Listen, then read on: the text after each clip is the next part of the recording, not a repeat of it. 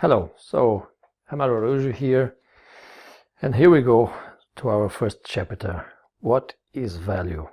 What is value? What is value to you? What is value to your customers? What is the difference between value and price? Is it the same thing? Does something that costs 5 euros has really a value of 5 euros for everyone? Think about it for a minute. Let's then jump into the our first set of ideas. So let's see this example. You have this BMW and you have this Kia car. They are both comfortable, they both will take you to the desired destination with comfort, safety, but one is more expensive than the other, maybe 3 times more. Not a little bit, not a few bucks, 3 times more. And the question is, why is that? Is that really costs? Is that related to performance? Is that related to any feature, special feature? Or why is that? As you can see here on the slide, BMW doesn't need to lower their prices. BMW has a reputation as a brand, and people that go to buy a BMW, they know that they will pay expensive than other brands. Having a car placed on the same segment, but one is considered luxury and the other one not. Even if this Kia, for instance, for Kia standards and for general standards, may be considered luxury. But the position of Kia is not in the luxury segment, and therefore they cannot afford to put it at the same price level as BMW or Mercedes or Audi. And this is the basic of value. Value is not about the price that you pay, it's about the value that you give to what you pay. The value of the branding, of the status, of the reputation, of the safety, of the, even if psychological safety, or it's something that you embedded. So this is kind of a human natural behavior, and buyers and sellers, they do have it as well. Most of the times we are not aware of it. We just go with almost automatic pilot. But this is the idea of value. It's how much are you willing to pay for what you want, right? Let's go to the next one. Let's take an example about baby stuff. Of course, we are all very concerned about the safety and the health of our babies. That's a priority, that's a top priority. And therefore we tend to think that paying more expensive will relieve us somehow that feeling that we are doing the best we can for our kids. But does it translate into something objective? Not necessarily. You have here the good example that it's many times it is played in our mindset. So, okay, that's nice to know. So how do buyers look at value? There are different aspects that can play a role here. And it's not only the price. The price should be the last thing that you should discuss with your customers.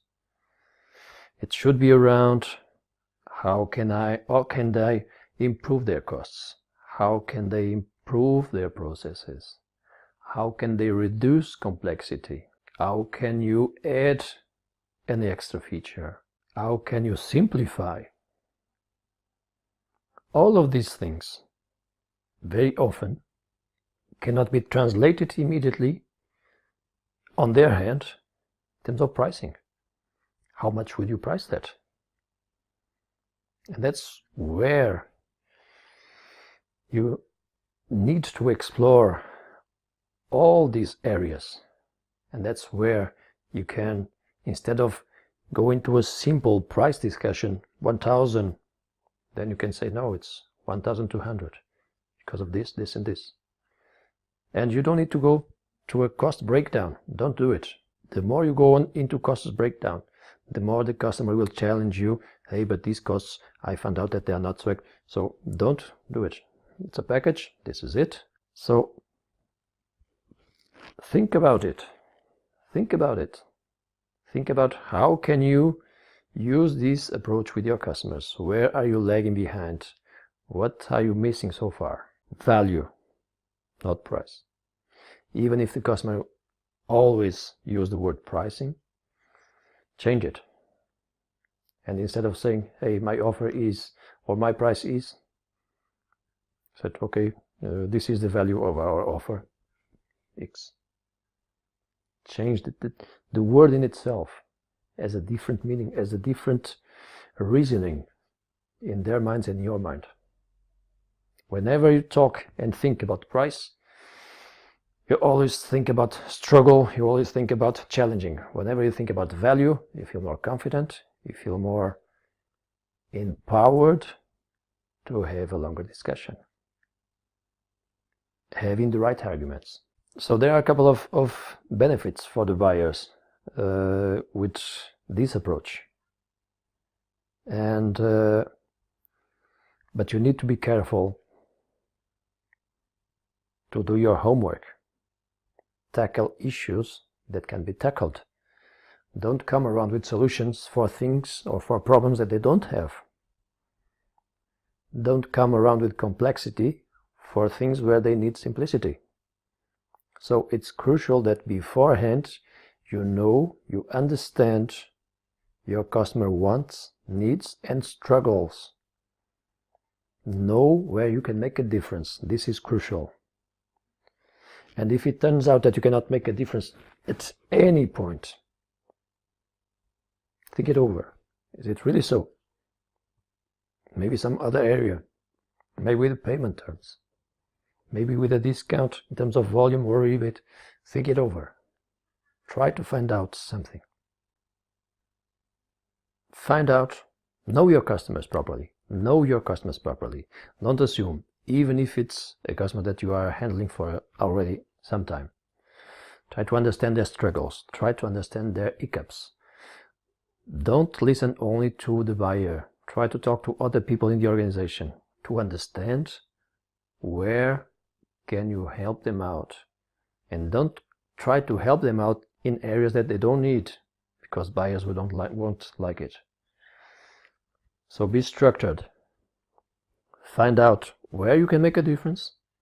Come up with possible solutions. And come up with proposals that are value-driven and not price-driven. What you need to watch out is don't come with solutions that customers don't need. Don't come with the wrong approach solutions. If customers are willing for simplicity, don't come with complexity. And don't try to just bring some air to discussion, meaning bring real arguments. Don't try just to fool around your customers. They are not stupid. They will understand that you are trying to sell iron for gold. But as long as you have some arguments, there you can discuss it. And that's where you have to work. Okay? This is the end of the first chapter. What is value? What is value for you? Think about it. Start with yourself. What is value for you? What is the price of your car? And what is the value? Maybe you have an old car, but for you the value is higher because it's still running. It takes you wherever you need to go. It's still comfortable. So value and price are different things. Try to segregate them. Okay? Good, and see you in the next chapter.